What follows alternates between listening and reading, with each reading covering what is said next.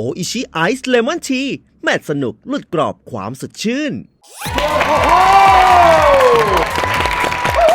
สวัสดีครับผมและนี่คือรายการล้นฟีดครับมาร์คตามธรรมเนียมครับช่วงนี้ฟีดที่ขึ้นมาในโซเชียลมีเดียของน้องมันมีอะไรบ้างผมว่าตอนนี้คอนเทนต์ต่างๆเนี่ยมันยังไม่มีอะไรที่แบบมันแมสออกมาไม่มีอะไรที่ตะโกนออกมาแต่เท่าที่เห็นนะตอนนี้ก็จะมีแบบเขาเรียก chemistry test ก็คือเหมือนมันจริงมันเคยเกิดขึ้นแล้วแล้วมันกลับมาอีกครั้งคือการแบบว่าชูให้เลขแบบตรงกับคู่เป็นเหมือนเอาแฟนกันหรือว่าคนในครอบครัวหรือเพื่อนกันเนี่ยมาเล่นกันแล้วมันจะมีเพลงใช่แล้วก็พร้อมกันปุ๊บแล้วชูนิ้วพร้อมกันถูกต้องนี่ประมาณนี้ผมในบ้านพี่เวงนี่มาพอพี่น้องมันจะตรงกันง่ายเฮ้ยเอาจริงป่ะเหมือนอะไรรู้ไหมเหมือนอะไรทำตามมึงได้อะจริงป่ะถ้าผมชู1 2 3เฮ้ยแล้วถ้าไม่ตรง1 2เฮ้ยมันคือคอนซิงนะใช่ไหมล่ะกูรอดูมึงอยู่มึงชูกี่นิ้วก็ใครอยากไปลองเล่นดูกับแฟนเนาะก็คุยกันก่อนว่าถ้าไม่เหมือนก็อย่าเลิกกันเล่นสนุกเอาคอนเทนต์ไปอย่าไปคิดอะไรเยอะนะครับแขกรับเชิญวันนี้คือสาวสวยมากความสามารถนะครับเธอคนนี้เรียกว่าอยู่ในฟีดตลอดเวลาเป็นทั้งไอดอลนักแสดงทีป๊อปเนาะทีป๊อปไอดอลทีป๊อปเขาเรียกว่างานเดี่ยวก็ดีงานกลุ่มก็ปังแต่ว่าเรื่องส่วนตัวเนี่ยไม่ค่อยรู้นะไม่ค่อยรู้วันนี้ครับแขกรับเชิญของเราพร้อมที่จะมาพูดคุยกับเราแล้วขอเชิญต้อนรับมายอาทิตยาหรือว่าน้องมายโฟอีฟจ้าครับเชิญนั่งคุยสบายเป็นไรกันปกติตามธรรมเนียมของเรามันจะมีเขาเรียกว่ารายการล้นฟีดค่ะเราอยากให้เอาฟีดมาเปิดกันว่าช่วงนี้สนใจอะไรเพราะ explore แต่ละคนให้มายตอบก่อนไหมว่าสนใจเรื่องอะไรจะดูว่าตรงกับ explorer หรือเปล่าโอ้โหวัดกันเลยถ้าหน้า explore ใน IG ก็จะเป็นแบบอาหารขอดูได้ไหมอาหารไอดอลเมคอัพอะไรอย่างเงี้ยเนี่ยอาหารจริงว่ะแล้วก็มีแมวเอาเป็นทาสแมวเหรอก็ชอบทั้งแมวทั้งหมาแต่ช่วงนี้ชอบแมวมากกว่าก็คือแต่งหน้าเยอะมากแต่งหน้ากับอาหารเป็นหลักแล้วก็หมาแมวเฮ้ยอันนี้เพิ่งเห็นเหมือนกันโกลเด้นน่ารักดีนะไอจีฟีเขาดูเป็นคนธรรมดาดีเรื่องการแสดงปีที่แล้วเป็นปีทองการแสดงของเขาเลยโอ้ใช่แสดงเยอะมากเลยครับกี่เรื่องที่รับไปทั้งหมด3ป่ะที่ออนคือ3ป่ะที่ออนคือคุณชายป่ะใช่มีคุณชายกับพี่จ๋ายอันนี้คุณชายนี่ล่าสุดเลยแล้วก็มีใน Netflix ที่เล่นกับพี่เวียนี่แมนคอเบรกกิ้งใช่แล้วก็มีละครเวทีใช่นิทานหญิงห้อย3 เรื่องในตอนนั้นที่รับมามันมีความแตกต่างกันค่อนข้างเยอะพอสมควรเยอะเลยค่ะจุดอะไรที่ทำให้เราเลือกในการรับในแต่ละเรื่องตอนนั้นความน่าเล่นมั้งคะความชาเลนจ์คือแต่ละเรื่องมันจะมีคีย์บางอย่างที่รู้สึกว่าอุ๊ยอันนี้น่าเล่นจังก็จะรับเพราะเหตุผลนี้อันนี้น่าเล่นจังรับเพราะเหตุผลนี้อะไรอย่างเงี้ยอย่าง Bangkok Breaking รับเพราะถ้าว่ากันตามตรงรับเพราะเป็นแอคชั่นแล้วก็เพราะพี่โขมด้วยเพราะพี่โขมกำกับด้วยช่วงนั้นกำลังอินขุนพันธ์แล้วพี่โขมติดต่อมาพอดีก็เลยไปแคสค่ะแล้วพอเป็นพี่โขมติดต่อมาถ่ายเรื่องนี้ก็เลยรับเลยค่ะนั่นเลยแบบกดดันไหมเพราะว่าจากภาพแบบไอดอลมันจะเป็นแบบถูกเปลี่ยนเป็นนักแสดงระดับหนึ่งเลยอะไรอย่างเงี้ยก็กดดันนะเพราะว่าอย่างตัวเรื่องมันยากอยู่แล้วคือเรื่องมันเป็นเรื่องแบบการเอาชีวิตรอดเนาะมันมีความเครียดในตัวในเรื่องอยู่แล้วแล้วก็เล่นกับพี่ๆรุ่นใหญ่ด้วยโปรดักชันเองอะไรเงี้ยคือทีมงานเป็นร้อยถ้าเขามารอเราคนเดียวมันก็ไม่ใช่เรื่องอะไรเงี้ยก็กดดันอะใช่แต่สนุกมากเพราะว่าพอมันเป็นหนังปุ๊บมันจริงมากๆมันก็เลยแบบเข้าไปในเรื่องเต็ม 100% ไปเลยใช่แล้วตัดภาพมาคุณชายคนละช่องเลยโอ้อันนั้นมันโรแมนติกคอมเมดี้ป่ะมันรอมคอมป่ะใช่รอมคอมเป็นไงกับพี่จ๋ายก็สนุกค่ะพี่จ๋ายก็เป็นพี่ที่น่ารักมากคนหนึ่งเหมือนกันเขาเป็นคนสบายๆก็เลยคุยกันง่ายขออนุญาตพี่จ๋ายนะคะขายเลยพี่จ๋ายเขาเป็นนักแสดงท่านหนึ่งที่ร้องเพลงได้นิดหน่อย จริงๆแล้ว เขาบอลทูบีมาเป็นนักแสดง จะว่าไงดีออริจินอลเหมือนเขาเป็นสายละครเวทีมาก่อน ใช่ ใช่ แล้วทีนี้ความยากง่ายของ2เรื่องเนี่ยพอมันมาเป็นรอมคอมอ่ะเรารู้สึกว่าเรื่องนี้มันมีความท้าทายอะไรบ้างไหม คุณชายความยากคือมันเป็นหนังตลกค่ะ อืม มันยากที่มันเป็นหนังตลกแล้ว ซึ่ง คือเราเป็นคนเส้นตื้น อ๋อ ก็เลยใช่ก็เลยยากในการแบบต้อง จะโฮอารมณ์เหรอ ใช่ต้องฮอปไว้ หลุดบ่อยปะค่อนข้าง บ่อย ใครเป็นคนที่ทำให้เราหลุดบ่อยที่สุด แฮนนา หรอทำไมอ่ะ แล้วแพ้อะไรเรา การที่อยู่ด้วยกันบ่อยถูกป่ะ ใช่จริงๆมันควรจะแบบ รู้ เจอจน จังหวะหมดแล้วอ่ะ หรือแพ้ทาง แพ้ทางแฮนนายังเป็นอยู่ถึงทุกวันนี้ จริงเหรอ ใช่ เช่น คือแฮนมันเป็นคนตลกอ่ะ พื้นฐาน พื้นฐานเขาเป็นคนตลกธรรมชาติ อืม เฮ้ยอยากรู้ว่าการเป็นไอดอลแล้วมาเป็นนักแสดงเนี่ยวิธีทำการบ้านเวลาจะไปแสดงอ่ะ ก็ทำการบ้านแบบเรียกว่าอะไร เรามีบทใช่ทำงานเป็นปกติ มีบทมาแล้วก็ acting coach ทำความ workshop เข้าใจใช่เวิร์กช็อปตามแบบตามโปรเจกต์ไปค่ะ แล้วก็ทำความเข้าใจตัวละครแหละหลักๆ แต่ว่าถ้าแบบเทียบกันอ่ะมันสนุกนะเพราะเหมือนเราทำงานทั้งในสายไอดอลด้วย แล้วก็ในสายนักแสดงด้วยอะ อืม การทำงานในแต่ละวันเรามันหลากหลายอ่ะมันจะไม่น่าเบื่อ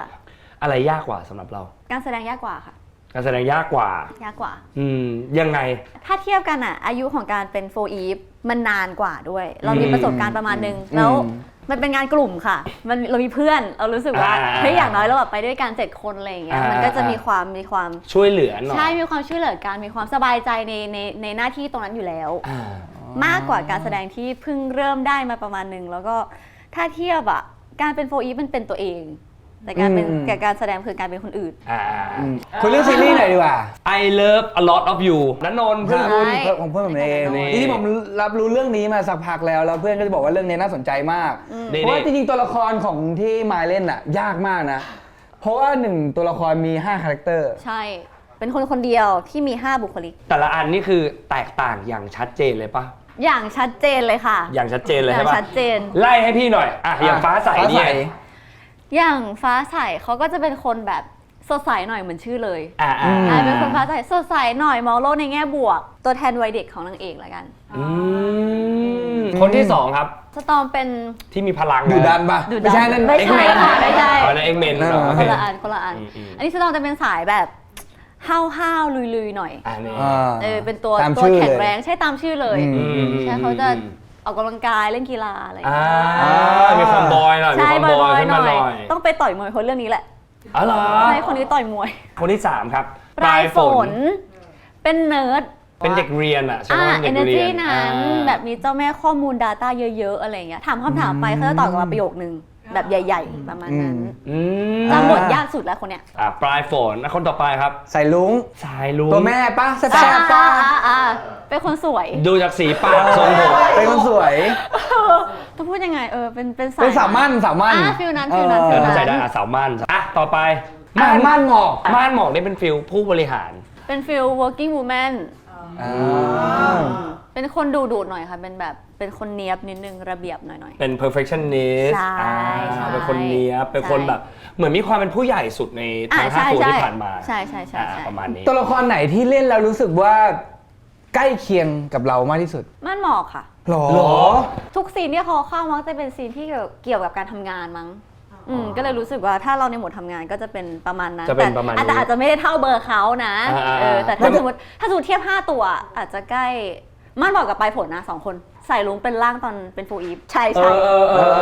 จริงๆคน1คนน่ะสามารถเป็นได้ทั้ง5ตัวเลยเนาะถ้าพูดถึง แบบคนเราทั่วไปอ่ะก็เป็นได้ คนเรามันมีหลายมุมมองหลายสิ่งที่เราจะ react ในแต่ละอย่างไง จริงบางคนพูดไปไม่เชื่อ ฟ้าใสไม่ค่ะสตอม นี่ล่ะดูคอปลายฝน เฮ้ยใครอ่ะ มันเยอะอ่ะ มันสามารถสวิตช์ได้ แล้วสวิตช์ยังไงอ่ะรู้อ่ะมันยากมากขนาดไหน ยากคือถ้าถามว่าเรื่องเนี้ยยากตรงไหนอะยากตรงที่ต้องคอยสลับคาแรคเตอร์5 ตัวในวันหนึ่งอะ เรามีวิธีจัดการกับมันยังไง เช่นแบบจดไหมหรือเรายังไง วิธีการจัดการ อย่างแรกเลยเราต้องทำพีโปให้ดีหมายถึงเราต้องเข้าใจทั้ง5 ตัวให้ขาดจากกัน ครับ ต้องคัดให้ไวอะคัดแล้วต่อใหม่คัดแล้วต่อใหม่ให้ไวอะไรอย่างเงี้ย มีที่แบบต้องสวิตช์แบบเร็วๆไหม มีค่ะ เดี๋ยวขอโทษนะ อันนี้สตอม มีค่ะ เพราะว่า บ้านหมอก ตอนนี้เป็นใครอยู่เนี่ย เป็นไม้ มันจะมีซีนที่สลับตัวกันระหว่างวันของตัวละครในตอนนั้นเลยอะหมายถึงว่าตอนนี้ ในซีนเดียว ในซีนเดียว ฉันเป็นสายลุงอยู่แต่ในจังหวะนั้นเองอยู่ดีๆม่านหมอกก็โผล่มาก็คือในเทคเดียวกันตรงนั้นเลยอะไรเงี้ยอันนั้นก็ต้องเล่นให้ชัด ยาก ยากจัง เฮ้ยนี่อยากรู้ซีนนี้ โอ้ยอันนี้โคตรยากเป็นซีนที่5ตัวเขาแบบคุยกันเองในหัวแล้วในซีรีส์ก็คือขยายโมเมนต์นั้นออกมาว่าถ้า5บุคลิกนี้คุยกันจะเป็นยังไงก็เลยเป็นซีนแบบนี้ขึ้นมาแล้ววันอันเนี้ยคือถ่าย2 วันแบบพูดคนเดียวถ้ารวมกันแล้วมันเป็น2 วันที่มีเราคนเดียวแล้วก็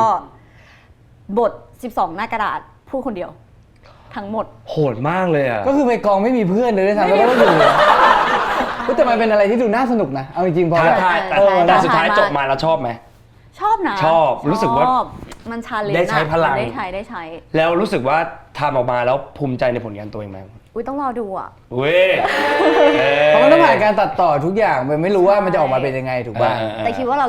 ก็เต็มที่แหละเราก็เต็มที่ในพาร์ทของเราแล้วก็รอดูใช่แล้วทำงานกับณนนท์เป็นไงบ้างณนนท์เหรอก็สบายๆนะด้วยความที่เขาก็เป็นสายนักแสดงอยู่แล้วเนาะมันก็เลยแบบจูนกันง่ายแล้วคุยตรงเหมือนกันแบบก็พี่หลุงคะณนนท์ก็พี่หลุงครับมันก็จะมีการเคลียร์ในทุกซีนตลอดคือเป็นคนพูดตรงรู้ว่าตัวเองต้องการอะไรอยากได้อะไรเพราะฉะนั้นพอมันตรงเข้ามาไม่ปิดกั้นมันก็ง่ายทำงานง่ายมากโอเครอดูนะครับ I love a lot of you อ่ะย้อนกลับมาเมื่อกี้พูดเรื่องนักแสดงเยอะมากแต่อยากรู้จริงๆจุดเริ่มต้นของการเข้ามาในวงการบันเทิงอะตั้งแต่เด็กเลยแล้วอยากเป็นอะไรอ่ะคิดว่าอยากเป็นนักร้องนะถ้าตอนเด็กคือตั้งแต่เด็กอ่ะเป็นเด็กกิจกรรมด้วยแล้วเหมือนแบบถ้าครูมีกิจกรรมอะไรให้ที่โรงเรียนอย่างเงี้ยเราก็จะเฮ้ยหนูอยากไปเต้นค่ะหนูอยากไปรำอยากไปร้องเพลงแปลว่าเป็นคนกล้าแสดงออกตั้งแต่เด็กใช่แล้วเรามีคลิปด้วยนะครับวันนี้เราเล่นอุ้ยนี่โดนแล้วตกใจแบบเนี้ยแฟนคลับไปขุดแล้วนะอยากเห็นแล้วนะแปลว่ามันต้องมีหลุดมาบ้างแหละเขาเห็นกันหมดแล้วเขาขุดไม่รู้จะขุดยังไงเล่าอยากเป็นนักร้องก่อนอยากเป็นนักร้องแล้วเห็นบอกว่าอยากเป็นนักเต้นด้วยเรียกว่าอะไรอ่ะถ้าเทียบสกิลแล้วกันสกิลการฝึกฝนถ้าอย่างตอนเด็กอ่ะการร้องเพลงการแบบเต้นอะไรตอนเด็กอ่ะคือเราชอบเราก็เลยทำคุณพ่อชอบร้องเพลงก็เลยเหมือนซึมซับมาด้วยก็เลยร้องเพลงเองอะไรเองไม่ได้เรียนไม่อะไรจริงจังแต่ว่าตอนที่เรามาจริงจังจริงๆอ่ะคือตอนเรียนเต้นอันนี้คือโรงเรียนจริงๆอันนี้คือโรงเรียนจริงๆแบบเฮ้ยมีเบสิกเรียนจริงจังเรียนอยู่ 4-5 ปีอ่ะยาวๆเลยใช่ค่ะก็เลยแล้วตอนนั้นก็มีความใฝ่ฝันว่าฉันจะต้องแบบได้ไปแข่งเต้นที่อเมริกาเว้ยเป้าหมายที่จะไปแข่งเต้นอเมริกาโปรเซสมันคืออยู่ต้องแข่งรายการ Hip Hop International บลาบลาอยู่เก็บแต้มเราอยู่ต้องแข่งรายการนี้นะแล้วอยู่ต้องเป็นท็อป 3 ของประเทศไทยอยู่ถึงจะมีสิทธิ์ไปอเมริกาไปแข่งต่อระดับโลกที่อเมริกาซึ่งตอนนั้นเราไปไม่ถึงคือยังไม่ถึงท็อป 3ใช่เป็นที่4มั้งคะตอนนั้นซึ่งก็ในปีเดียวกันแข่งกับฝ้ายโฟอีฟจริงป่ะคือเป็นผู้แข่งมาตั้งแต่เด็กเลยแล้วฝ้ายติดท็อปทรีป่ะฝ้ายน่าจะทีนะอ๋อเหรอใช่ฝ้ายน่าจะฝ้ายมันเต้นเก่งมากแบบฮิปฮอปอยู่แล้วไงถนัดอยู่แล้วแล้วจุดเริ่มต้นของโอเคแล้วพอเรียนเต้นมาไม่ได้ไปอเมริกาแล้วจุดเทิร์นที่ทำให้เข้ามาในวงการคืออะไรเห็นบอกเป็นละครเวทีใช่ละครเวทีค่ะนี่ละครเวทีบัลลังก์เมฆสมัยแบบเป็นขวานี่คือไม้เหรอหนูเองเฮ้ยจริงเหรอใช่ก็หน้าเหมือนเดิมนะไม่ใช่แต่ว่ามันคนละลุคด้วยมั้งใช่ค่ะอันนี้บัลลังก์เมฆค่ะก็คือตอนนั้นน่ะมีโอกาสได้ไปออดิชั่นองซอมรัชดาลัยช็อกมากตอนนั้นเพราะว่ามันแบบรัชดาลัยอ่ะทุกคนรู้จักรัชดาลัยแล้วพอไปออดิชั่นปุ๊บก็จับพัดจับผูโชคดีมากที่ตอนนั้นเขาอยากได้ตัวเต้นเพราะว่าตัวร้องเยอะตัวร้องเยอะมากแล้วเขาเหลือตัวเต้นน้อยเราเรียนมา 4-5 ปีไงอย่างไรก็มีติดตัวแล้วตอนนั้นที่เราเข้าไปออดิชั่นเราทำอะไรก็ต้องร้องเพลงด้วยแล้วก็ต้องเต้นด้วยอันนี้คือผลงานชิ้นแรกในแบบรู้สึกว่าเป็นวงการบันเทิงหรือเปล่าอันเนี้ยหรือมีก่อนหน้านั้นอีกพวกโฆษณานั้นอีกนิดนึงมีซีรีส์บ้านนี้แหละอ๋อนักแสดงเขานั่งอยู่ห้องนู้นเขานั่งอยู่ห้องนู้นเขาบอกพี่จอร์จใช่ไหมใช่จอร์จไม่พี่จอร์จเขาบอกเขาจำได้นะจริงเหรอก็ตอนนั้นก็จับพัดจับผูเหมือนกันตอนนั้นก็แคสป่ะไปแคสค่ะแคสเหมือนกันแล้วก็ไปแคสแล้วก็ได้มาเล่นซีรีส์แบบงงๆแล้วก็เล่นกับใครนะคะพี่นุ่นวรนุชค่ะนี่เจอรุ่นใหญ่ชีวิตเราเจอรุ่นใหญ่เจอรุ่นใหญ่บ่อยมากช็อก จากละครเวทีที่เป็นองซอม มีแวะเข้ามาเล่นซีรีส์ ปลาย แต่จนสุดท้าย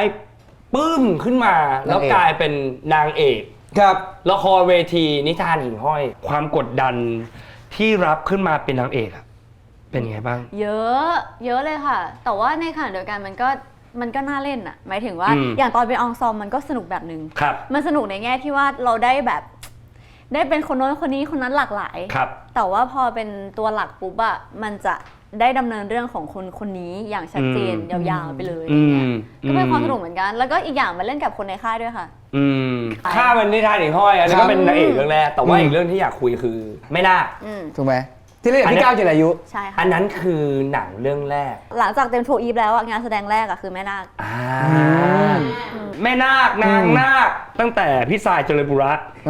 พี่อ้ำ ครับ ใหม่ดาวิกา ครับพี่นัทมีเลีย นัทมีเลีย ใน The Musical คือเยอะมากอ่ะ ครับ ใช่ ความกดดันตอนนั้นที่รับมา โห แล้วก็ได้กลับไปรีเสิร์ชอะไรบ้างไหม จริงๆ ตอนนั้นก็เครียดแหละค่ะ เพราะว่าเฮ้ยได้รับงานแสดงครั้งแรกแบบเต็มตัวได้เป็นนางเอกด้วยนางเอกไม่พอเป็นแม่นาคอีก มันแบบมันมีแต่ความกดดันอยู่ในนั้นอะเพราะแบบจริงๆอะเล่นเป็นนางเอกพีเรียดก็ยากแล้วนะ สับเสิร์ฟ สับ เลย เสริ นะ มอะไรมันยากแล้วแล้วก็ได้มาเป็นแบบรับบทเป็นแม่นาคที่แม่นาคคือบุคคลที่ทุกคนรู้จักอยู่แล้วอะ ครับ เหมือนเล่นเป็นคนแบบเฟมัส ม มันก็เลยแบบกดดันมากๆเลยค่ะ แต่ว่าเหมือนตอนนั้นระหว่างทางแล้วก็คิดว่าถ้าพี่ผู้ใหญ่เขากล้าเลือกเรามาเขาก็คงเห็นอะไรแหละแล้วระหว่างทางเราก็ตั้งใจเวิร์กช็อปตั้งใจทำอะไรแบบให้เต็มที่ที่สุด ในเวอร์ชั่นนางนาคเวอร์ชั่นพี่ชายสายเจริญบุระ ครับ แม่นาคเนี่ยยืนอยู่บนโบสถ์แบบกลับหัวซีนใหญ่มากๆซีนหนึ่งซึ่งอันนี้ก็ต้องท ทำค่ะ ก็มีสิ่งลี้ลับ เจอ ใช่ ำไม่เจอโดนเขาแล้ว ก็มันเป็นวันที่ต้องถ่ายซีนนี้แหละค่ะซีน ครั ที่ บ ต้องเหยียบคานวัด แล้วก็เราไปถ่ายกันที่อยุธยาไปถ่ายวัดเก่าจริง ๆ ซีนที่ต้องถ่ายอ่ะมันจะมีซีนห้อยหัวใช่ไหมจะมีพี่สแตนด์อินคนนึง ครับ เพราะว่าด้วยความที่อะไรที่มันเป็นซีนที่มันรับข้างหลังอ่ะก็จะเป็นให้พี่เขาเล่น เพราะว่าถ้าห้อยหัวนานมากๆมันไม่ดีต่อ เลือดมันลง เลือดมันลง ถ่ายนานไม่ได้ ก็เลยเป็นหนูอะเอาแค่ถ่ายรับหน้า แต่ว่าพอเป็นข้างหลังก็คือพี่เขาซึ่งพี่เขาถ่ายก่อนจังหวะที่ห้อยหัวปุ๊บเท้าลอยขึ้นไปจังหวะที่เท้าแตะคาน อันนี้คือใคร อันนี้คือพี่สแตนด์อิน พี่สแตนด์อิน หนูนั่งอยู่ข้างล่างมองต้องทำยังไงบ้างศึกษาก่อนศึกษาก่อน ดูก่อน พอเขาห้อยหัวขึ้นไปปุ๊บเท้าแตะคานก็คือหมาหอน พอแตะจังหวะแตะ แตะปุ๊บหอนเลย จังหวะเดียวกันเลย ใช่จังหวะเดียวกันเลย อยู่ดีหมาก็วิ่งมาจากไม่ใช่แค่ตัว 2 ตัว คือ 5-6 ตัววิ่งมารวมกันแล้วก็หอน เฮ้ย ตอนนั้นเวลาประมาณกี่โมง ดึกแล้ว ทีนี้คนในกองก็ยังไงอะ คนในกองก็ แล้วก็สักพักมาหมาหอนแล้วก็เงียบไปปุ๊บแล้วก็คาดถ่ายต่อ เขาพยายามแบบไม่ ใช่ ถ่าย ทุกคนไม่ทักทุก พ ค ยาน ยาม ไม่มีใคร ข้ามไป ทักเพราะว่าตอนหนูนั่งอยู่ข้างหนูก็ แล้วก็สบตากับนักแสดงข้างๆแล้วก็ ไม่น่าจบไปแล้ว ค่ะ จบไปนานแล้วก็เป็นเรื่องเป็นเรียกว่าเป็นการแสดงแรกของเรา ครับ ทีนี้เรื่องการแสดงอ่ะรู้สึกได้ว่ามายมีความอินกับการแสดงค่อนข้างเยอะมาก ใช่ค่ะชอบ แล้วน่าจะเป็นคนเดียวในโฟอีฟที่ได้เล่นเยอะสุดหรอปะ จริงๆโฟยิปมีความถนัดเฉพาะทาง แต่ละคนไม่เหมือน แต่ กัน ละคนไม่เหมือนกัน อืม แต่ว่าถ้าสายแสดงเหมือนกันก็คงอาย อ่า ไอโจก็เล่นเหมือนกัน โอ้อา ไอ้โจเล่นแต่เด็ก ใช่แบบเล่นแต่ตัวจิ๋วอะ ตั้งแต่ตัวเล็กก็ดู ตัวจิ๋ว ดู โจลินก็เล่นกับที่ของเราเล่นปีนี้เล่นพี่ออฟไง ใช่ เมคอัพเซอร์วิส ใช่ คุณก็มือนี่อยู่ด้วยนี่นี่ ผมก็เล่นผมก็เล่น ตอนนี้เล่นมาค่อนข้างเยอะไม่ว่าจะหลายบทบาทหลายคาแรคเตอร์ ค่ะ เลือกสักหนึ่งอย่างที่รู้สึกว่าอยากเล่นบทนี้มาก ตัวร้ายแล้วกันยังไม่เคยเล่นเป็นตัวร้ายเลย เฮ้ย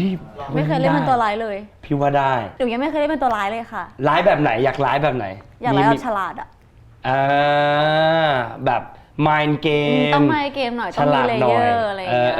ให้ได้ท้าทาย ให้ หน่ ได้ อย ท้าทายหน่อย อ่ะ อยู่ที่บทแหละถ้าบทมันน่าเล่นหนูก็รับหมดอะ อ่ะรอดูอยากเห็นมายเป็นตัวร้ายเหมือนกันอยากรู้ว่าจะสร้างคาแรคเตอร์ได้ออกมาประมาณไหนอ่ะทีนี้มาพูดเรื่องคนใน วงบ้าง บ้าง เพราะจบเรื่องพาร์ทการแสดงไปแล้ว ใช่ เป็นพี่อย่างวงไหนกดดันไหม คือเขาให้เราเป็นพี่ใหญ่สุดเลยใช่ไหม เราโตสุด เขาไม่ได้ให้ค่ะหนูเป็นจริง อ๋อ ๆ ก็คือเราโตสุด เด็กสุดคือ อาย อืม 19ค่ะ แต่กดดันไหมเอาจริงแล้วว่าพอมันเป็นพี่ใหญ่เราต้องช่วยน้องๆเราต้องทำหน้าที่อะไรในการดูแลน้อง เอาจริงๆแล้วอ่ะคือด้วยความเป็นพี่เนาะพอเป็นพี่ปุ๊บมันก็จะแบบมีสัญชาตญาณว่าเฮ้ยต้องดูแลน้องนะอะไรเงี้ยแต่บังเอิญว่าน้องๆในวงเราเนี่ยโฟอีฟอ่ะเป็นเด็กเก่งๆอยู่เลยหมายถึงแบบทุกคนสามารถดูแลตัวเองได้ดี เด็กทำงานมาตั้งแต่เด็ก เป็น อะไร เรียกว่าอะไรอ่ะมันทุกคนสามารถจัดการตัวเองได้ดี มันก็มีบางเรื่องแลกกันคือบางเรื่องน้องก็เตือนเราบางเรื่องเราก็เตือนน้องมันก็เป็นฟีลแบบอยู่ด้วยกันแบบนั้น ต้องช่วยกันไม่ใไม่ใช่ว่าเราเป็นพี่ใหญ่แล้วเราแบบ จัดการอย่างเดียว ไม่เพราะทุกคนแบบมันพอมันอยู่ด้วยกันมานานมั้งคะแล้วมันอยู่แบบเป็นกองๆกันแล้วเราทำงานกันเยอะมากพอทำงานกันเยอะมันยิ่งรู้จักกันเยอะยิ่งสนิทกันอะไรเงี้ยมันก็เลยคอยช่วยกันไปเรื่อยๆเลย อยากคุยเรื่องคำว่าวิชวลของวงวิชวลวงที่แฟนคลับเขาบอกว่าเฮ้ยเขายกให้คุณเป็นวิชวลวงอ่ะเรารู้สึกยังไงกับตำแหน่งนี้ โอ้ยจริงๆแล้วอ่ะเราว่ามันก็เป็นวิชวลทั้งวงนะแต่อยู่ที่ว่าคุณชอบแบบไหนมากกว่าเพราะโฟอีฟ7 คนอ่ะไม่เหมือนกันเลยสไตล์ไม่เหมือนกันเลยก็เลยรู้สึกว่าโฟอีฟสวยหมดค่ะแค่ชอบแบบไหนมากกว่าอะไรเงี้ยก็ขอบคุณที่คุณให้เราเป็นวิชวลในใจคุณนะคะนี่ความเป็นไอดอลความเป็นวงเกิร์ลกรุ๊ปอะ หลายๆคนด้วย หลายๆคนด้วยการ ฝึกซ้อม เป๊ะมากอะเพลงใหม่มันก็ออกเรื่อยๆ ใช่ เพราะพี่คุยกับโจในกองแล้วก็รู้สึกได้ว่ามันทำงานกันเยอะมากได้ท่ามาวันนี้อีกแป๊บเดียวกูต้องได้แล้วใช่ซ้อมกันหนักขนาดไหนอะก็หนักแหละหนักหลายแบบด้วยมันจะมีหนักแบบที่ว่างานจะต้องเล่นแล้วนะเราต้องรีบซ้อมให้ได้ท่าทั้งหมดเพื่อไปขึ้นงานนี้อันนั้นก็จะหนักในเชิงการจำท่าเต้นกับเวลาอันน้อยนิดแต่ว่าหนักอีกแบบหนึ่งก็คือเวลาเราทำเพลงใหม่แล้วท่ามันยากแล้วบางทีเราต้องแบบอินดีเทลกับมันแล้วก็จำท่าต้องละเอียด ต้องละเอียดกับมันต้องอะไรอย่างเงี้ยก็จะยากแบบ พวกนี้มันเต้นจนแบบเป็น muscle memory แล้วปะ ใช่ค่ะ มัน ต้องเป็นอย่างนั้นนะเพราะว่าไม่งั้นชีวิตเรามีอะไรต้องจำอีกหลายอย่างคือถ้าร่างกายมันมัสเซลได้มันจะง่ายมากมันก็เพราะว่ามันหน้างานมันต้องแก้ปัญหาหลายอย่าง ใช่ ทีเนี้ยมายเป็นคนคือเรียนเต้นมาเยอะเพราะฉะนั้นการจำท่ามันต้องเป็นสิ่งหนึ่งที่มายรู้สึกว่ามายมองอย่างเงี้ยมันต้องจำได้ประมาณหนึ่งเลยป่ะจริงๆถ้าเทียบหนูถนัดซ้อมด้วยมากกว่าถ้าคนจำไวอ่ะฝ้ายจำไวมากจริงไหมที่ฮันน่าเนี่ยเวลาทักเขาเนี่ยห้ามทักเขาว่าผมดำขึ้นนะเขาเป็นออริจินอลบลอนด์เ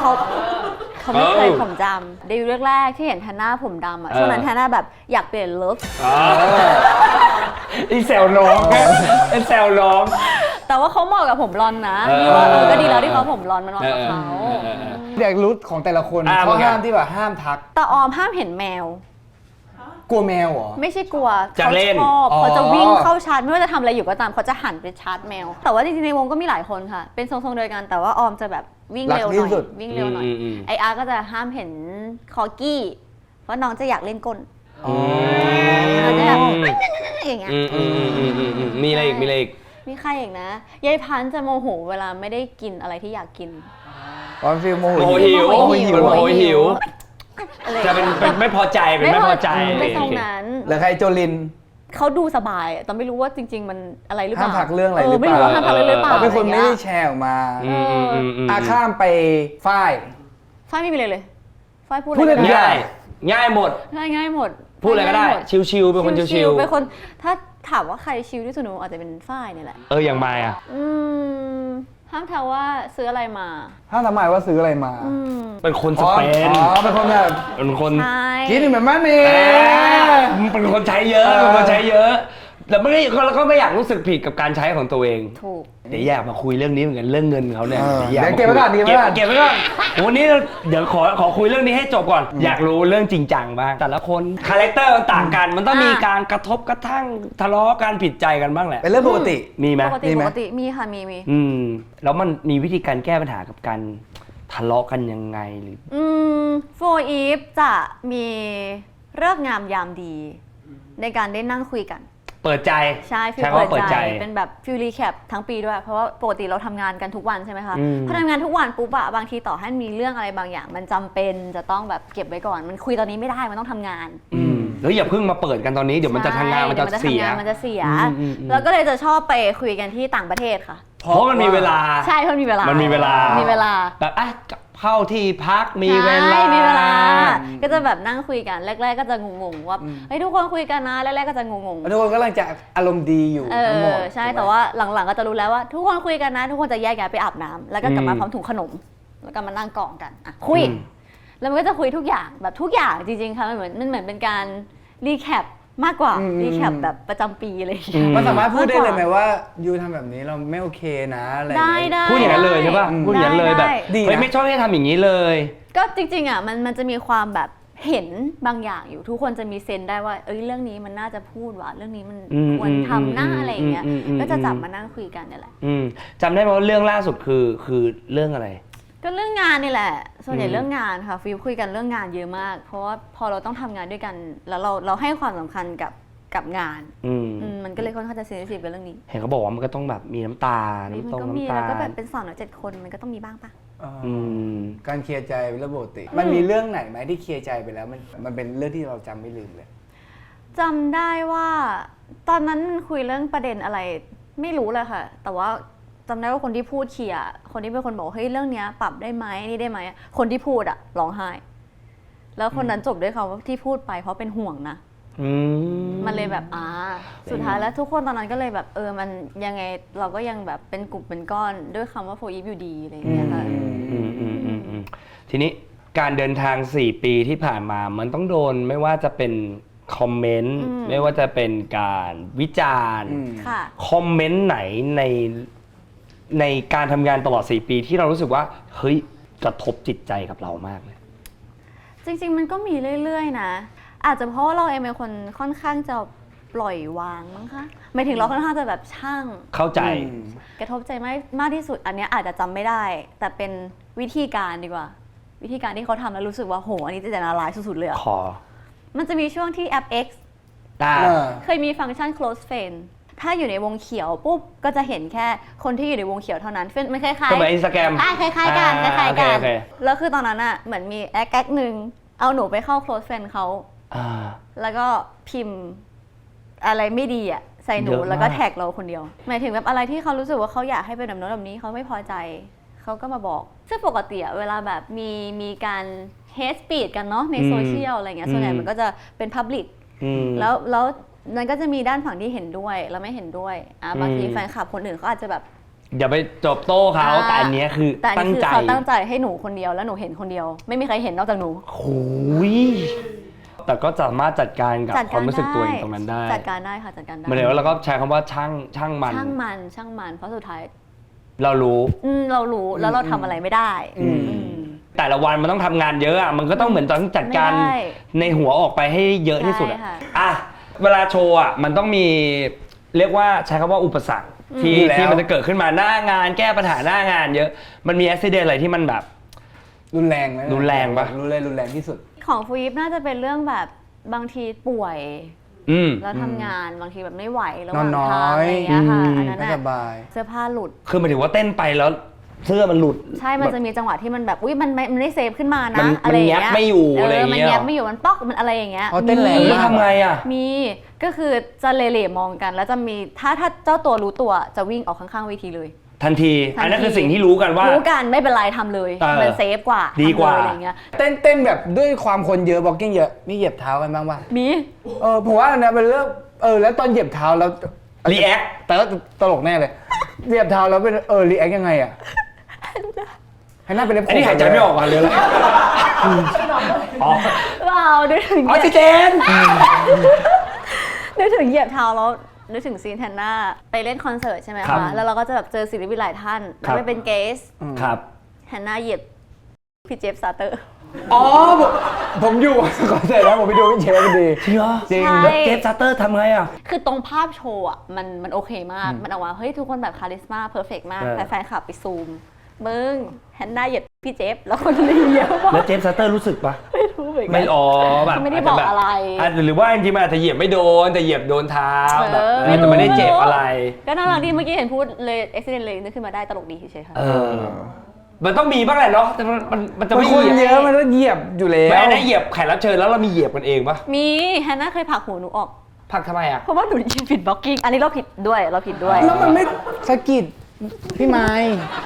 แฮนน่า พี่ ก็ นาย ไม่แฮนมันต้องร้องพอดี อ๋อ แล้วเราก็ นึกออกเก่งนะไอ้มันมีเหมือนฟิลเปิดบ้านเฮ้ยนะ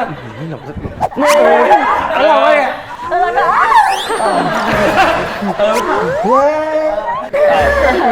ลงประมาณนั้นใช่ไม่แต่ตอนนั้นก็เป็นอุบิเหตุเพราะว่าตอนนั้นเรานอนน้อยแล้วก็เหมือนเบลอจริงๆด้วยแต่ตอนนั้นไม่ได้โกรธนะตอนนั้นตลกเพราะเลยมันผลักหัวเลยแล้ววะอะไรเงี้ยแต่ก็น่ารักดีค่ะไม่ได้โกรธอะไร คืออยากรู้ความคิดเห็นส่วนตัวของไมล์แล้วกันว่าคิดว่าทีป๊อปเนี่ยมันขึ้นมาถึงจุดสูงสุดหรือยัง จริงๆมันก็ยังไปได้อีกนะถ้าถามเราเพราะเรารู้สึกว่าอยากให้ทีป๊อปสามารถเป็นอีกช่องหนึ่งที่ international สามารถฟังด้วยได้เหมือนกันหนูว่ามันก็ถ้ามันไปถึงจุดนั้นได้ก็น่าจะดี อยากให้มัน worldwide มากกว่านี้ ใช่อยากให้มัน worldwide มากกว่านี้ เพื่อ ค่ะ มันจะได้เป็นซอฟต์พาวเวอร์ให้กับประเทศเราด้วยบางคนมาเพื่อดูทีป๊อปบ้านเราอะไรอย่างเงี้ย ใช่ แล้วยังมีตอนนี้มันยังมีพื้นที่ให้วงอื่นๆเข้ามาเติมได้อยู่ไหม หนูมองว่าตราบใดที่มีคนฟังมันก็ยังได้เรื่อย เน่ จริง ทีป๊อปไม่จำเป็นต้องเป็นวงก็ได้ ๆใช่ใช่ คนเดียวก็เลย ใช่ ทีป๊อป คนเดียวก็ ได้ อยากรู้ว่า ครับ ปกติเนี่ยเหมือนในตอนต้นที่เราพูดว่ามายเป็นหรือว่าเข้าไปดูไอจีแล้วรู้สึกว่ามายเป็นแบบ ลงแต่รูปงานอะลงแต่งานไม่ได้มีเห็นไลฟ์สไตล์ไม่ได้เห็นอะไรเลยอะจริง ๆ ปกติเป็นคนทำอะไรบ้างอะบอกมาถึงว่าได้นอกจากการงานที่ ส เรา มมติวันห เห็น ยุด1 วัน วันสมมติวันนี้กลับบ้านไปไม่มีงานแล้วทำอะไร ตื่นกี่โมงก่อนอย่างแรก เที่ยง โอเค ตื่นเที่ยง ตื่นเที่ยง ทำอะไรอย่างแรก กิน อืม แล้วก็นอน ฮะ เป็นคน เพิ่งตื่นมานะ เป็นคนแบบน เอ อ อน จริง อ่ะ เพิ่งตื่นมาตื่นเที่ยงด้วย กินนอนสมมตินอนประมาณ นิดๆหน่อยๆอ่ะ เงี แล้ว ย ก็ บ แล้วก็เงียบๆแล้วก็ตื่นมาแล้วก็กิน ดูซีรีส์ แล้วก็กิน ดูซีรีส์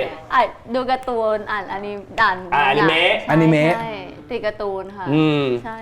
อนิเมะเรื่องไหนที่ชอบ อันนี้ อยากรู้ เขาบอกเนี่ย เยอะ อันเนี้ย มาก ต้องวัดจาก มันเลือกยาก อนิเมะ ที่สุด ต้องวัดจากเรื่องแรกที่ดู ไม่พี่เลือกได้เลย จริงเหรอ อะไร พี่เลือกได้เลยเรื่องในท็อปเทียร์ของพี่มีเรื่องเดียว คือ คือ วันพีช อันนี้ถูก อยากรู้เรื่องแรกที่ดู เรื่องแรก ที่ตัดสินใจดูอนิเมะ จะอ่านก็ได้หรือจะเป็นเมะหรือเป็นมังงะก็ได้วันพีชเหมือนกัน คือตอนนั้นเฝ้าร้านให้แม่จำได้ในเหตุการณ์ ตอนนั้นเฝ้าร้านให้แม่แล้วก็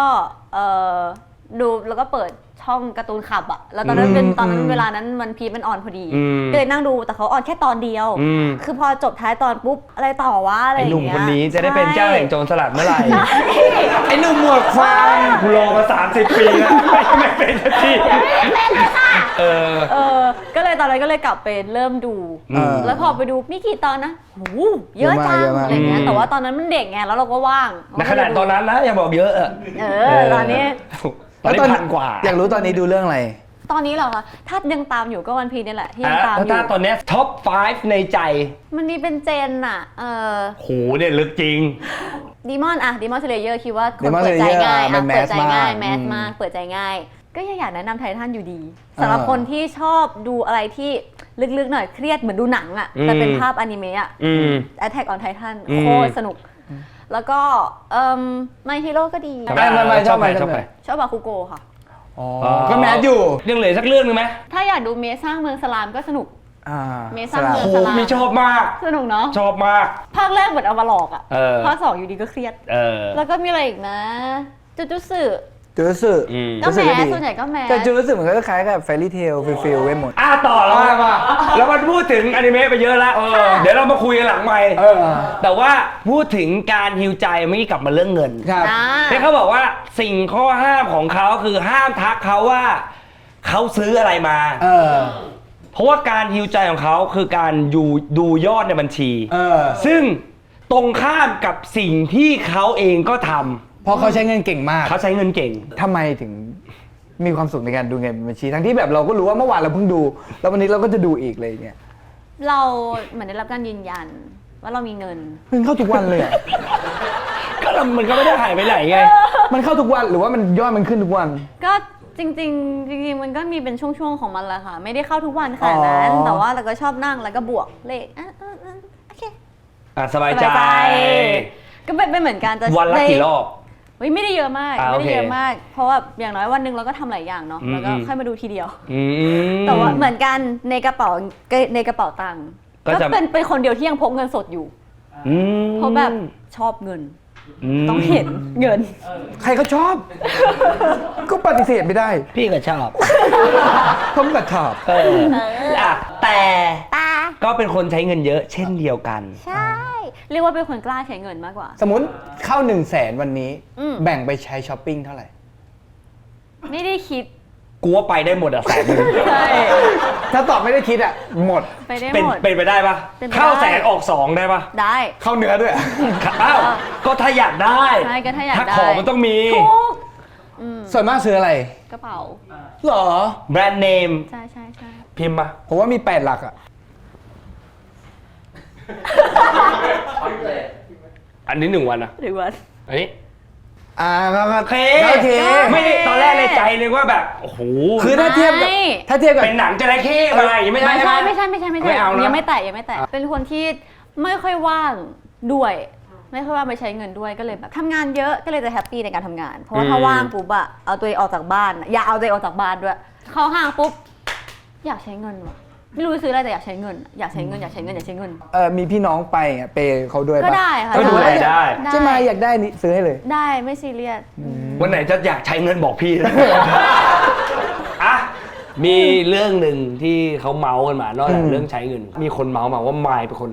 แรงมากจริงไหม เป็นคนตรงมั้ง เออ แต่ไม่ได้แรงนะ สบายๆแต่ว่า อืม ถ้าคนจะมองว่าแรงอาจจะเรื่องแบบพูดตรงมั้งคะ อืมพูดตรงพูดชัดไปถึงคิดอะไรก็จะพูดอย่างนั้นอะไรอย่างเงี้ย คือสังเกตมาจะมีบีทหนึ่งที่เป็นคนพูดสวนฟุบทันที ใช่ใช่ เลยดูเป็นคนพูดแรง นิดนึง รอ เป็น จัง คน หวะ พูดตรงกันไปอาจจะดูแรง อันนี้เข้าใจได้ ใช่ป็น เพราะ คน กูก็โดนเหมือนกัน ผมก็โดนเหมือนกัน แล้ว3 คนโดนเหมือนกัน คือแรงอาจจะไม่แรงหรอกแต่เป็นคนตรง เป็นคนตรงเป็นคนไวก็เป็นข้อเสียเหมือนกัน อ่ะย้อนกลับไปวัยเด็กกันหน่อย เด็กหญิง อาทิตยา ค่ะ แต่ในไอจีเขียนว่าทิ ทิ ยาย า อุ๊ยเด็กมากน่ารักมาก รูปเก่ามาก ไปหามายังไงวะขูดเหรอ เดี๋ยวทำไมข้างหลังเป็นมิสทิฟฟานี่อ่ะไม่ ชาเลนจ์ค่ะ บ้านอยู่พัทยา อ๋อ แล้วเขาแบบมีงานที่นั่นพอดี แล้วเขาเด็กน้อยโรงเรียนนี้แบบมาโชว์แล้วใช้พื้นที่ตรงนี้ ของเขา บอกความจริงมานะพี่อาทิตย์ พี่อาทิตย์ไม่ใช่ ไม่ใช่ ยอม อยากรู้ว่าตอนเด็กกับตอนโตตอนเด็กจริง ๆ แล้วเป็นคนยังไง ต้องให้เด็กเป็นคนเรียบร้อยค่ะ ห้ามพูดคำหยาบพูดคำหยาบไม่ได้ ห้ามพูดเด็ดขาด เป็นแบบเด็กน้อยแล้วก็คิดเองว่าฉันจะต้องเป็นเด็กดี ฉันจะต้องทำให้พ่อแม่แบบภูมิใจนะต้องเป็นเด็กดีของครูเป็นบ้า เขาเป็นเด็กเรียบร้อยคนนึงแหละเด็กเรียบร้อย แต่ ตั้ง ก ใจ ลายเป็น เรีย ว่าน กลายเป็นว่าพอตอนเด็กพอเราเก็บเยอะๆปุ๊บอะแล้วเราเก็บแบบที่เราไม่ได้เข้าใจว่าเราทำมันไปทำไม มันก็เลยเป็นการเก็บซะงั้นก็เลยมีจังหวะที่แบบ เทิร์น เลย ตอนนั้นน่ะมันเป็นช่วงคาบเกี่ยวกับตอนที่ย้ายโรงเรียนพอดีค่ะ ย้ายแบบเข้ามัธยม หัวเรียวหัวต่อ หัวเรียวหัวต่อพอดีเลยมัธยม วัยรุ่น มอต้นเลย ไฟกำลังแรงเลย ย้ายโรงเรียนปุ๊บแล้วสังคมที่นั่นอ่ะมันเป็นฟีลแบบคือการพูดคำหยาบมันก็พูดกันเองอ่ะมันโอเคมันไม่ได้แบบไป ไม่ได้ไปปีนเกลียวอะไร ใช่ไม่ได้แบบเฮ้ยอาจารย์มันก็ไม่ใช่อย่างนั้นอะไรอย่างเงี้ยนั่นแหละก็เลยมันเป็นช่วงเปลี่ยนผ่านเจอสังคมใหม่ๆแล้วเราก็หล่อหลอมไปกับสังคมก็เลยเรียนรู้การพูดคำหยาบค่ะ มากขึ้น แส แสดงความเป็นตัวเองได้มากขึ้น จริงๆมันคือ เรียกว่ามีคลังคำศัพท์เพิ่มขึ้น อุ้ยเก่งมากเป็นคนใช้ศัพท์เก่งมาก มันคือสภาพแวดล้อมแหละย้อนกลับไปถึงตอนเรียน เฮ้ย อันเนี้ยเป็นคำถามคือเรารู้แหละว่าความเป็นวิชวลวงอ่ะ ความสวยอะ สวยอะ สะพรั่งอะ สวยอ่ะตอนวัยรุ่นอ่ะฮอตปะ แต่ถามว่าฮอตไหมก็ฮอตแหละ จีบพร้อมกันคนมาจีบพร้อมกันมากสุดกี่คน หนูไม่อ่าน DM ต่อให้ทักมาก็จะไม่อ่าน ตอนเป็นบีบีไหมหรือไม่ใช่ มีด้วย แต่ว่าเหมือนเราเป็นคนไม่ค่อยโซเชียลตั้งแต่เด็กแล้วค่ะ ไม่สนใจเรื่องความรัก ไม่สนใจเลย แต่ไม่ได้มีใครเขาเดินเข้ามาจีบนี้หรอไม่มีใคร ไม่มีแฟนทุกคนในชีวิตเราจีบเขาเองหมด เป็นคนไม่ชอบโดนจีบ ไว้แรงมาก ไม่เชิงไม่ชอบโดนจีบนะ แต่หมายถึงแบบ ไม่รู้สิเคยถามเพื่อนผู้ชายด้วย ว่าแบบมึงทำไมวะทำไมถึงแบบไม่มีใครเข้าหากูเลยอะไรอย่างเงี้ยแล้วก็ถามเพื่อนผู้ชายในกลุ่มเนาะ เพราะว่า มันบอกว่ามึงน่ากลัว หมายถึงผู้ชายดูออกว่าจะเข้าหามึงยากใช่ผู้ชายก็เลยแบบว่าเผื่อวืดมั้งเขาก็เลยไม่เข้าหาเลย ไม่เอาเลยกลัวจีบไม่ติดแล้วตอนเด็กอะที่เราบอกเราจีบเขาแฟนที่ผ่านมามีแฟนมาแล้วกี่คน ไม่เยอะนะ4 3-4 คน 3-4 คนก็ปกติ คบเป็นคนคบใครคบนานไหมคบนานนะ นาน เป็นคบใครคบนานคบทีเดียว มึงยิ้มอะไร อะไร ยิ้มอะไร อยากรู้สเปคผู้ชาย แบบไหน คร่าวๆที่ทำให้ My for Eve เสียอาการได้ this or that ค่ะ ผู้ชายคนนี้กับผู้ชายคนนี้ เริ่มครับอองลีพ็อกซี่หรือวิลเลียมไลแคน เอาวิลเลียมก็ได้อะ วิลเลียมหรือไดมอนด์ลาสวัน วิลเลียม วิลเลียมหรือจังเพอร์เซส พี่จังค่ะ จังหรือใครเอ็กโซ ใครเอ็กซ์ซอค่ะ โอเคเร็วจังเลยใครเอ็กโซหรือ VBTS ใครเอ็กโซค่ะ ใครเอ็กโซหรือขุนพลบัส ใครเอ็กโซค่ะ ใครเอ็กโซหรือเจ็ตแอตลาสเอาแล้ว มีความคิดใครเอ็กโซจะตกหรือไม่ จะตกหรือไม่ โดนไหม คนนี้คิดนานนะ ใครเอ็กโซค่ะ ใครเอ็กโซหรือมาร์คพาคินใครเอ็กโซหรือมาร์คพาคิน เลือกยากจริงๆค่ะ เหมือนยิ่งกว่าแกดแพดอีกนะ ใครเอ็กโซค่ะ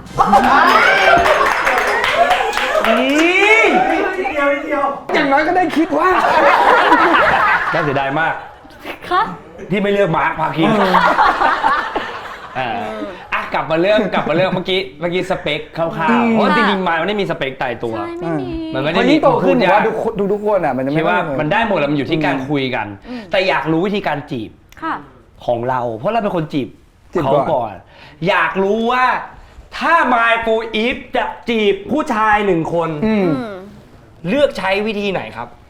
ก็ทักเนี่ยแหละค่ะ ยังไง ทักตรงๆเลย เช่น ก็ จีบนะ DM เหรอ ทักครับ ทักครับ Hello Morning ก็ทักแบบถ้าสมมติกลางคืนก็นอนยังคะก็ทักอะไรปกติ เลยเหรอ ไม่สมมติแบบว่าไม่มีมู ไม่ ชัว อ่ะ เฟน ถ้าไม่ กัน มี เลย มูชัวเฟนเลยก็สวัสดีค่ะ ติดต่องานปะคะ ไม่นี่ว่าแบบถ้าสมมติมันจะมี make a move จริงๆอ่ะคือมันเราไม่ค่อยยุ่งกับคนที่ไม่รู้จัก ต้องมีมูชัวหน่อย อยู่ มี แล้ มู ว ชัวหน่อย อยู่แล้วหมายถึงว่าอย่างน้อยๆฉันต้องไม่ใช่ออนโซเชียลแล้วอยากคุยกับเธออะเด็ดขาด อยากรู้เลดแฟกสำหรับมา ไม่ได้เลย ผู้ชายเลดแฟกคนเนี้ยไม่มีเรื่องเนี้ยไม่ได้ ไม่ชอบคนเห็นแก่ตัวค่ะ โตมาได้เรียนรู้ว่าไม่ชอบผู้ชายติดเที่ยว แล้วก็ขี้เมาไม่ชอบมากๆเป็นไรอ่ะอ้าว แก้ตัวหน่อย น้องไม่ได้พูดถึงกูโทษทำไมทุกคนไม่ต้องมองที่กูเป็นฟิตเนสมาเมื่อเช้า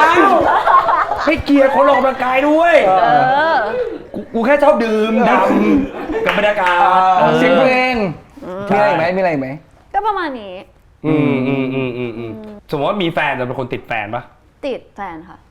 มีสรรพนามที่เราจะเรียกแฟนปะ เรากับเธอ คุณ ปกติเธอค่ะเธอ ไม่มี ไอ้อ้วงอะไรเงี้ย อ้วงไม่ แล้ว มี แต่ฟิล บางที แล้วก็เนี่ยโมเมนต์อยากสวีท ใช่เหมือนเคี้ยว มีไหม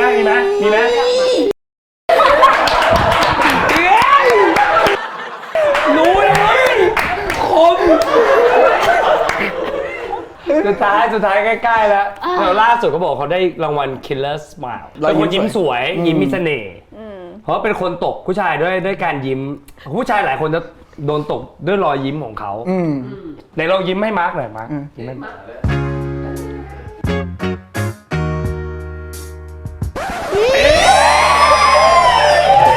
คือเราเป็นคนเขินจะออกรูปนี้ อยากรู้ว่า ถ้าไม่ใช่ My For Eve หลังจากนี้สมมุติเราไม่ได้เป็น For Eve แล้วเราอยากทำอะไรวางแผนชีวิตยังไงบ้าง เรายังไม่ได้อยากเลิกทำอ่ะมันยังวางไม่ได้ก็เลยไม่ได้แบบไม่ได้สามารถแบบถ้าฉันไม่ได้ทำงานในวงการแล้วนะจะทำอะไรดีแบบหันหลังให้ขนาดนั้นมันยังไม่ เขายังอยากทำในวงการอยู่แหละ ใช่ค่ะใช่ นี่เคยคิดอยากจะมีเงินเยอะๆแล้วออกจากวงการไหม ทำงานในวงการมันก็แลกกันมันแลกกันเนาะหมายถึงแบบโอเคเราได้ทำงานที่เรารักจริงใช่โอเคมันแลกกับความเหนื่อย แล้วก็แลกกับบางพาร์ทในชีวิตไป มันแลกกัน ใช่มันแลกกัน จากแสงที่ส่องลงมา ใช่ มันแลกกัน ยิ่งแสงส่องเห็นชัดมาก มันยิ่งถูกตัดสินมาก ซึ่งในบางครั้งก็รู้สึกว่า ถ้าการที่เรารวยแล้ว เราอาจจะไม่ได้ สบายแล้วกู ส ไป บา ได้ ย แล้ แล้ว ว อะไรเงี้ยอาจจะแบบเลือกรับบางงานจริง ๆ ที่มันน่าทำจริงๆแบบไม่ที่มันเราสามารถทุ่มเทกับมันได้จริงๆ อ่ะ อย่างนั้น สุดท้ายครับในฐานะรุ่นพี่ของ T-POP ในฐานะไอดอลฝากอะไรถึงน้องๆ ที่อยากเข้าวงการอยากเป็นไอดอลแบบเรา ก็สู้ๆค่ะ ลงมือทำแล้วก็ใช้ความกล้าเยอะๆคิดว่าน่าจะเท่านี้แหละ คือมันต้องทำอะไรสักอย่าง มันต้องลงมืออ่ะ ครับ ค่ะ โอเคไม่วันนี้สนุกมากเลยดีใจที่ได้คุยนะดีใจขอบคุณมายมาก ช่วงนี้มีผลงานอะไรอยากฝากมีอะไรทำอะไรอยู่ไหมเราฝากผลงานหน่อย โอ้ก็จริงๆช่วงนี้ก็ฝาก My For Eve นี่แหละค่ะ as a For Eve ก็สามารถไปติดตามวงของพวกเราได้ที่ For Eve Official นะ ครั คะ บ แล้วก็มีอัปเดตใ ครั ด บ ๆปีนี้อาจจะแบบไปโน่นไปนี่ไปนั่น ก็ฝากติดตามรอดูกันด้วยนะคะ แล้วก็ซีรีส์กับที่นี่ GMMTV ค่ะ ซีรีส์เรื่อง I Love A Lot of You on ปีนี้แน่นอนค่ะ รอติดตามนะคะ ครับผมวันนี้ขอบคุณมายมากวันนี้สนุกมาก ขอบคุณค่ะ เดี๋ยวเราคุยกันเรื่องอนิเมะต่อนะครับแต่ว่าวันนี้เวลาหมดลงแล้วครับ เรากลับมาเจอกันทุกวันอาทิตย์ครับ 11:45 ทางช่องวัน 31 ล้นฟีดเจอกันอาทิตย์หน้าครับ สวัสดีครับ ขอต้อนรับที่แพรรี่ไพวันครับ สวัสดีครับเชิญครับขอบคุณค่ะทำไมต้องเอาตัวเองเข้าไปเป็นโจทย์ให้กับทุกประเด็นในสังคมขนาดนั้น ทำไมไม่ถามว่าทำไมสังคมจะต้องเอาเราเข้าไปบ้างล่ะ ส่งมาบ้านนึกว่าเป็นบินเงินหักภาษีนึกว่าเป็นบินหักภาษีอ๋อไม่ใช่หมายสารมาเลยตาคุดบินมาบ้าน แล้วนี่ผมเล่นมุกแพ้เป็นพระผมจะโดนปะเมื่อกี้ ก็ไม่น่าจะรอด3 คนนี้น่าจะพ่วงกันเลย